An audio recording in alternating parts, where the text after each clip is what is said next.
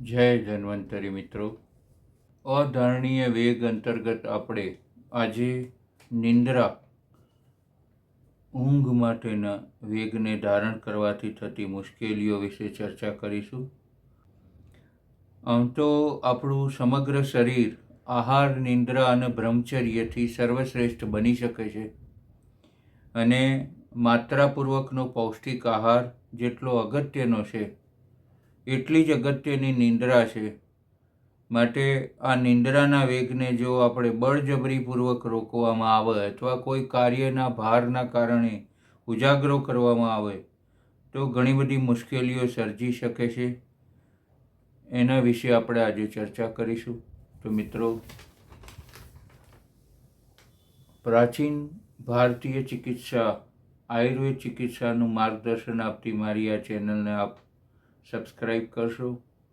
આજનો વિડીયો ખૂબ જ અગત્યનો છે કારણ કે આપણે ભૌતિક યુગમાં એટલા બધા બીજી થઈ ગયા છીએ કે શરીરની સંભાળ રાખી શકતા નથી. રાત્રે 2 વાગ્યા સુધી, 3 વાગ્યા સુધી ઓનલાઈન હોઈએ છીએ અને એના કારણે હૃદય રોગની, શ્વાસના રોગની, ખાંસી, શરદી અને કૃશ શરીર, જેનું શરીર એક વળિયું છે એવા વ્યક્તિઓને ઘણી બધી મુશ્કેલીઓ પડે છે. દિવસના કામમાં વિસ્મૃતિ થઈ જાય છે, આપણું બેધ્યાનપણું થઈ જાય છે અને આ જે કંઈ ઠગાઈના કેસો આપણે જોઈ રહ્યા છીએ એના કારણોમાં પણ આપણી ચપળતા ઘટતી જાય છે. તો મિત્રો, આ ખૂબ જ અગત્યનો વિડીયો છે. તમારા આવા મિત્રોને તમે ખાસ મોકલશો. કયા કારણે આપણને આ બધી મુશ્કેલીઓ સર્જાય છે એનું મૂળભૂત કારણ સમજવું ખૂબ જ જરૂરી છે. તો ખાસ કહેવાનું છે કે ટુ વે ટ્રાફિક થાય જરૂરી છે. તો તમારી કોમેન્ટ કંઈ પણ વિશેષ માહિતી મેળવવા માગતા હોય તો એના પછીના વિડીયોમાં આપણે એ વાતને શેર કરીશું.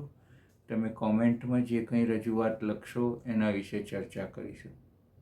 ખાસ કરીને હૃદય, કિડની અને ફેફસાના દર્દીઓને સારી ઊંઘ મળે એ એક પ્રકારનું ટોનિક છે. જેમને મગજથી કામ લેવાનું છે એવા વિદ્યાર્થીઓ, ડૉક્ટરો, વકીલો, પ્રોફેસરો, મેજિસ્ટ્રેટ અને શિક્ષકો, આ બધા લોકોને પણ ઊંઘ એ અમૃત છે અને સારી ઊંઘ મળી હશે તો કામ સરસ રીતે ચીવટપૂર્વક થઈ શકશે. અને માનસિક રોગીઓ માટે તો ઊંઘ એ ખૂબ જ અગત્યનો ભાગ ભજવે જ છે કારણ કે ઊંઘના વેગને રોકવાથી માનસિક રોગો થતા હોય છે. રાતપાલીની નોકરી હોય, કોઈક વાર આપણા ત્યાં ઘરે પ્રસંગ હોય અને ઉજાગરો કરવો પડતો હોય, એના વળતા દિવસે ઊંઘ ખેંચી લઈએ છીએ અને શરીરને સક્ષમ ફરી પાછું બનાવી દઈએ છીએ. પણ બળજબરીપૂર્વક રોજે રોજ જો આ વેગને રોકવામાં આવે તો વારંવાર આપણને એનાથી શરીર મતાલા નાખે છે, બેચેની રહે છે, બગાસા આવે છે, કોઈ કામમાં રુચિ થતી નથી, મૂડ આવતો નથી. અંગમર્દ એટલે આખું શરીર તૂટે છે, આખા શરીરમાં દુખાવો થાય. વળી પાછું મૂડ લાવવા માટે આપણે પાછી ચા પી કરીએ એટલે એસિડિટી કરીએ છીએ. માથું ભારે ભારે થઈ જવું, માથું દુખવું, આંખો ભારે થવી, તંદ્રા રહેવી, એટલે ઊંઘ આવે પણ એ બી એવી જ ઊંઘ આવે કે જે નિંદ્રા તો કહેવાય જ નહીં.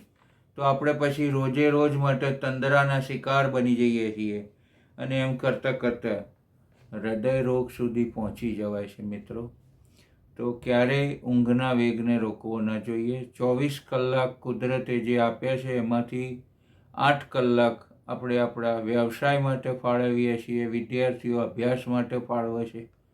8 કલાક આપણે આપણી દેહ ધાર્મિક ક્રિયાઓ, બધી જ પ્રકારના વ્યવહારુ કામકાજ અને શારીરિક તૈયારીઓ, આ બધામાં 8 કલાક ફાળવીએ છીએ અને કમ્પ્લીટ 8 કલાકની ઊંઘ શરીર માટે જરૂરી છે, જેનાથી આપણે સ્ટ્રેસ મેનેજ કરી શકીએ છીએ. તો ઊંઘ એ અનિવાર્ય અંગમાં આવે છે. ફરી એકવાર યાદ કરાવી લઉં, આહાર, નિંદ્રા અને બ્રહ્મચર્ય એ જીવનના ઉપસ્તંભો છે જેનાથી જીવન ટકી રહ્યું છે.